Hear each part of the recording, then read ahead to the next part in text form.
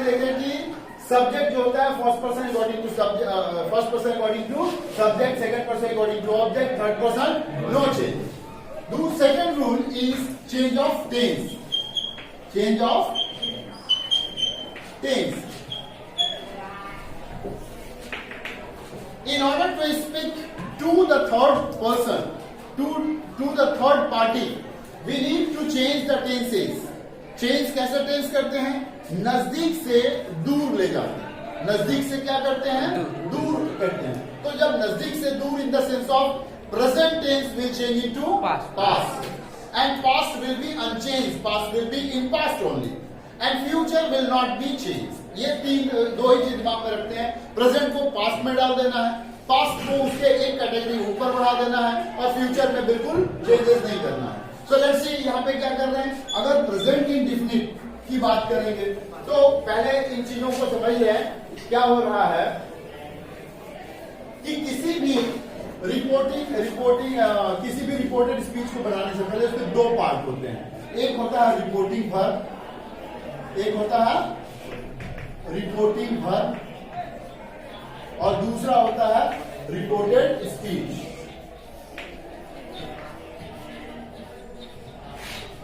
Reported speech. अब reporting verb कहां क्या चेंज होगा, रिपोर्टेड स्पीच में क्या चेंज होगा, ये बहुत आसानी से और बहुत गहराई से इसको देखेंगे. बहुत इजी भी है, समझना बहुत आसान है. तो सबसे पहले हम लोग बात देख रहे हैं रिपोर्टिंग वर्ब. रिपोर्टिंग वर्ब क्या होता है? जैसे हमने लिखा ही सेड टू मी, तो ये पार्ट जो है वो क्या है? रिपोर्टिंग वर्ब का पार्ट है. अब comma, double invert comma, I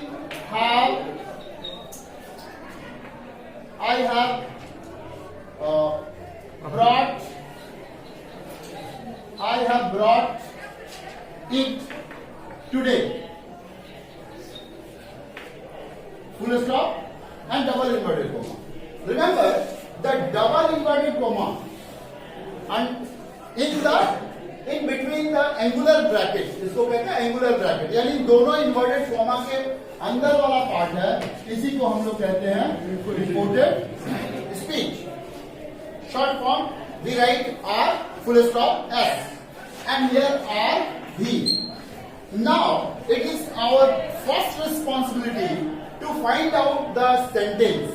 I have speech is meant for, like suppose a person is talking to person number 2. Person number 2. Person number 1 is talking to person number 2. And the person number 3, which is called here, the person number 3 is listening what the person number 1 is telling to person number 1. Or what did the person number told that person number 2 has done. So the person number 3 is writing the action. Person number 3 is writing the action of person 1 and 2. This is called here reported speech. Means person number 3 is reporting about the person number 1 and person number 2. Clear? अब यहाँ एक बात और समझ लीजिए. क्या है? Person number 3 को जैसे हमने कहा, तो अगर हम लिखते हैं he said to me. So here person number 1 is he. So he is telling to person number 2. Person number 2. I have done my work. So listen here what is happening. Action number 3 means action number 3, the third person. He is telling that what happened. He told. Who? He told. He said will change into told, and 2 will be omitted. He told me that. Here this is the first person. This is the first person who has done something. What he has done? He has done his work. So he has done his work. Remember, he said to me that has done his work.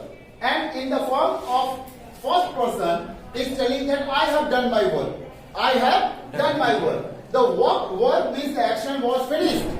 Action was finished. Action को finish किसने किया? First person ने. और उसको narrate किसने किया? Third वाले, तीसरे वाले ने नैरेट किया कि इस आदमी ने अपना काम खत्म कर दिया, यानी उसने अपना काम खत्म कर दिया. और इसने यहाँ क्या कहा था? इसने ही कहा था. इसने यहाँ क्या कहा था? इसने ही कहा था. किससे? किसी दूसरे से, कि मैंने अपना काम फिनिश किया. लेकिन ये देखने वाला क्या बोल रहा कि इसने अपना काम कंप्लीट किया. ये कहा कि मैंने और इसने कहा इसने. तो क्या हो गया? ये जो नैरेट कर रहा है, ये नैरेट करने वाला जो पर्सन है वो है थर्ड पर्सन. Got it? इन्हीं चीजों के रूल्स जो है हम लोग reported speech we must have to follow certain rules. What are the rules? The rules, first rule is change of person. Change of person. As I told you, the third one is here watching. तीसरा वाला देख रहा था, उसने ही ना person को change किया था. So the change of person rules will be like on the basis of S, O, N and 1, 2, 3. Here S means subject, O for object, and for no change. So first person according to subject, second person according to object, and third person no change. So the one is representing here first person. Two represent here second person, and three represent third person. So first person according to subject, second person according to object, and third person no change. In short form we can write here N oblique C, that is called here no change. We need to understand that which one is in the first person. First person के अंदर आखिर कौन कौन से होते हैं. तो एक डायग्राम में हम लोगों ने पहले भी चार्ट बनाया था, उस चार्ट को फिर से एक बार बनाते हैं. देखते हैं इस चार्ट में. यहाँ हम लिख देंगे क्या चीज? हम लोग लिखेंगे यहाँ पे फर्स्ट पर्सन. क्या लिखेंगे? First person. यहाँ लिखेंगे सेकेंड पर्सन और यहाँ लिखेंगे third person. So this is called the person. We are putting here first person, second person and third person. First person can be singular and plural. Singular and plural. So the first person singular is I and plural is we. Second person you and plural also you. Third person here he, she, it and any singular name, which is called here third person singular name, and plural is they. This is the first. You can understand the first person I, second person you, and third person he, she, it, and any name of the world. दुनिया का कोई भी नाम, वो जो अकेला first person I, second person you, and third person he, she, it, and any name of the world. दुनिया का कोई भी नाम, वो जो अकेला नाम होना चाहिए, वो सिंगुलर होना चाहिए, उसको हम लोग थर्ड पर्सन सिंगुलर नंबर के साथ रखते हैं. ये तो पहले भी हम लोग पढ़ चुके हैं टेंस में. अब क्या है कि अब ये I, you, we, he, she, it जो है ये सारे नॉमिनेटिव है. क्या है ये? नॉमिनेटिव, यानी जिसको पर्सनल प्रोनाउन के नाम से भी जानते हैं. तो आई का एडजेक्टिव भी होता है. आई का एडजेक्टिव क्या होता है? माई होता है. आई का प्रोनाउन क्या होता है? पोसेसिव प्रोनाउन क्या होता है? माइन होता है. क्या होता है? माइन होता है. उसी तरह वी का पोसेसिव एडजेक्टिव क्या होता है? आवर होता है. और पोसेसिव प्रोनाउन क्या होता है? आर्स होते हैं. ठीक है. उसी तरह यू का पोसेसिव एडजेक्टिव क्या होता है? योर होता है. और पोसेसिव प्रोनाउन क्या होता है? योर्स होते हैं. उसी तरह से आप देखें थर्ड पर्सन में ही का पोसेसिव एडजेक्टिव क्या होता है? हिज होता है. और पोसेसिव प्रोनाउन क्या होता है? ही होता है. जबकि ऑब्जेक्टिव क्या होता है? हिम होता है. इन सबका ऑब्जेक्टिव क्या होता है? आई का ऑब्जेक्टिव मी, वी का ऑब्जेक्टिव अस, एंड यू का ऑब्जेक्टिव यू, ही का ऑब्जेक्टिव हिम, शी का ऑब्जेक्टिव हर, इट का ऑब्जेक्टिव इट, एंड कोई भी सिंगुलर नाउन जो होगा उसका भी ही और शी रखते हैं। अगर मेल हुआ तो ही, फीमेल हुआ तो शी। और दे का जो ऑब्जेक्टिव होता है वो क्या होता है, देम होता है। दे का पोसेसिव एडजेक्टिव क्या होता है, देयर होता है। क्या होता है, देयर होता है। और पोसेसिव प्रोनाउन क्या होता है, देयर्स होता है। ये दिमाग में रखना चाहिए, ये एकदम 1 2 3 गिनती की तरह है। इसी तरह से दिमाग में रखेंगे, ये कभी भूलने का नहीं है, ये बहुत वाइटल है। ठीक है, ये तो समझ में आ गया होगा। में देखें कि सब्जेक्ट जो होता है first person according to subject, first person according to subject, second person according to object, third person no change. The second rule is change of tense. Change of tense. In order to speak to the third person, to the third party, we need to change the tenses. Change कैसे tense करते हैं, नजदीक से दूर ले जाते हैं। नजदीक से क्या करते हैं, दूर करते हैं। तो जब नजदीक से दूर in the sense of present tense will change into past, and past will be unchanged, past will be in past only, and future will not be changed. ये दो ही चीज दिमाग में रखते हैं। प्रेजेंट को पास्ट में डाल देना है, पास्ट को उसके एक कैटेगरी ऊपर बढ़ा देना है, और फ्यूचर में बिल्कुल चेंजेस नहीं करना है। सो लेट्स सी यहाँ पे क्या कर रहे हैं। अगर प्रेजेंट इंडेफिनिट की बात करेंगे तो पहले इन चीजों को समझ लें। क्या हो रहा है कि किसी भी किसी भी रिपोर्टेड स्पीच को बनाने से पहले उसके दो पार्ट होते हैं। एक होता है रिपोर्टिंग वर्ब, एक होता है रिपोर्टिंग वर्ब, और दूसरा होता है रिपोर्टेड स्पीच।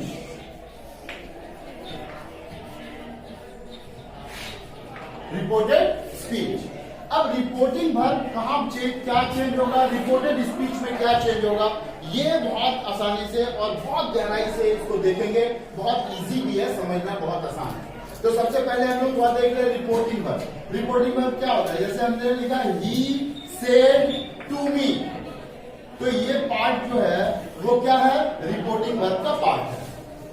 अब कॉमा, डबल इन्वर्ट कॉमा, आई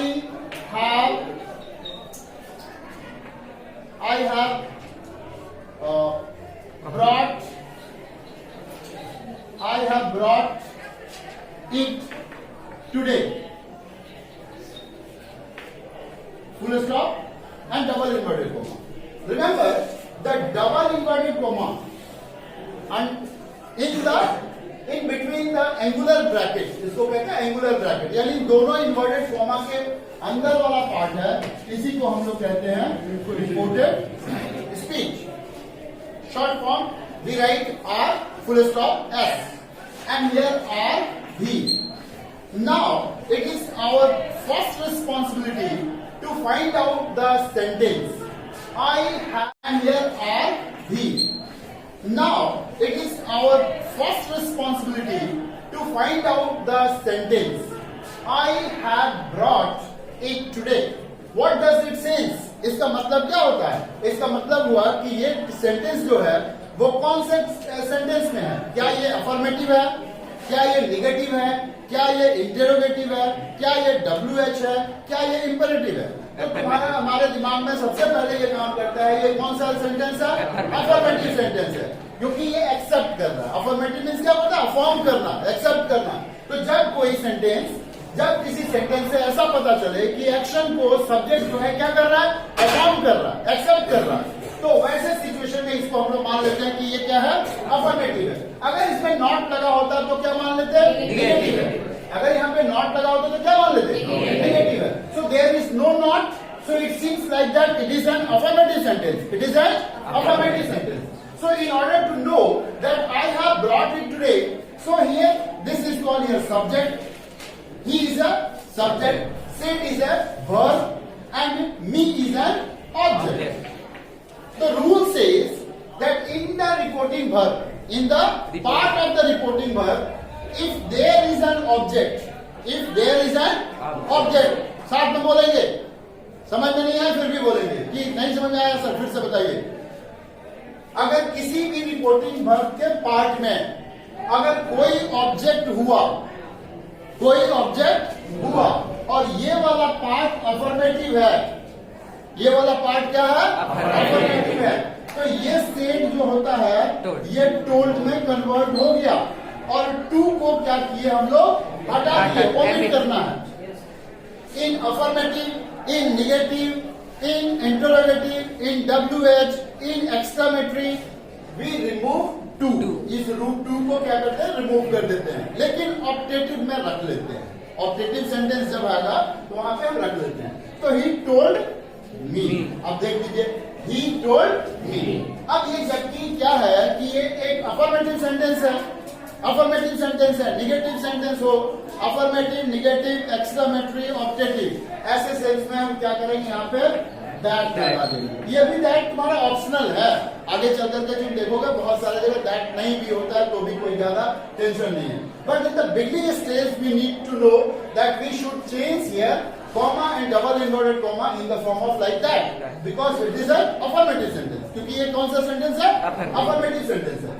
अब हमारा दिमाग काम करेगा कहाँ पे? SON, affirmative sentence, क्योंकि ये कौन सा सेंटेंस है? affirmative sentence है। अब हमारा दिमाग काम करेगा कहाँ पे? SON को कभी नहीं भूलेंगे, 1 2 3 को। ये 1 2 3 यानी first person according to subject, second person according to object, third person no change. अब first person according to subject कह रहा है, तो यहाँ देखते हैं आई क्या है? आई फर्स्ट पर्सन है ना, तो आई जब अगर फर्स्ट पर्सन है तो first person according to subject, subject is क्या है? यहाँ पे ही है, तो we should write here he and he के साथ, आई के साथ तो हैव लगा है, तो ही के साथ क्या लगेगा? हैज लगेगा, तो we will write here has and brought it and today will change into that day. Full stop. Remove the comma, double inverted comma, as because we have used that and first person according to subject. Remember, it is a present perfect. It is a present perfect tense. So it will change into past perfect tense. So what should be here? He had. He had. Present perfect will change into past perfect. So we should write here had. And normally we use, अगर normal होता तो क्या करते हैं? यहाँ पे has लगा देते। क्या लगा देते? हैज। जबकि हमने यहाँ रिपोर्टेड स्पीच में देखे हैं कि फर्स्ट पार्ट जो है वो पास्ट में है। फर्स्ट पार्ट किस में है? पास्ट में है, क्योंकि सब्जेक्ट को V2 दिखाई दे रहा। तो ये अगर पास्ट इंडिफिनिट में है और ये प्रेजेंट परफेक्ट में है तो चेंज हो सकता है। क्या हो सकता है? चेंज हो सकता है। लेकिन ये भी अगर प्रेजेंट और ये भी प्रेजेंट में हो तो चेंज नहीं होगा, सिर्फ क्या होगा? SON को चेंज करेंगे, ठीक है? उसका भी एक एग्जांपल देखिए। सपोज करो he says to me I know your name, I know your name. The first part is in present tense. There is an object, so you should write here tells me. He tells me that first person according to subject, so you should write here what? He, and he के साथ क्या लगता है? knows. क्या लगता है? knows, क्योंकि हमने बदला कुछ नहीं है। आई के साथ नो लगा था और थर्ड पर्सन सिंगुलर नंबर होने की वजह से इसमें SES लगेगा, इसलिए यहाँ पे नोज हो गया। लेकिन ये आ गया किसकी बारी? योर को चेंज करेंगे, सेकंड पर्सन है your according to object. Object कहाँ पे है? ये है मी, तो ये एक एडजेक्टिव है, पोसेसिव एडजेक्टिव, तो इसमें क्या बन जाएगा? My name. Full stop. और समझ आया? जितना पढ़ा है उतना समझ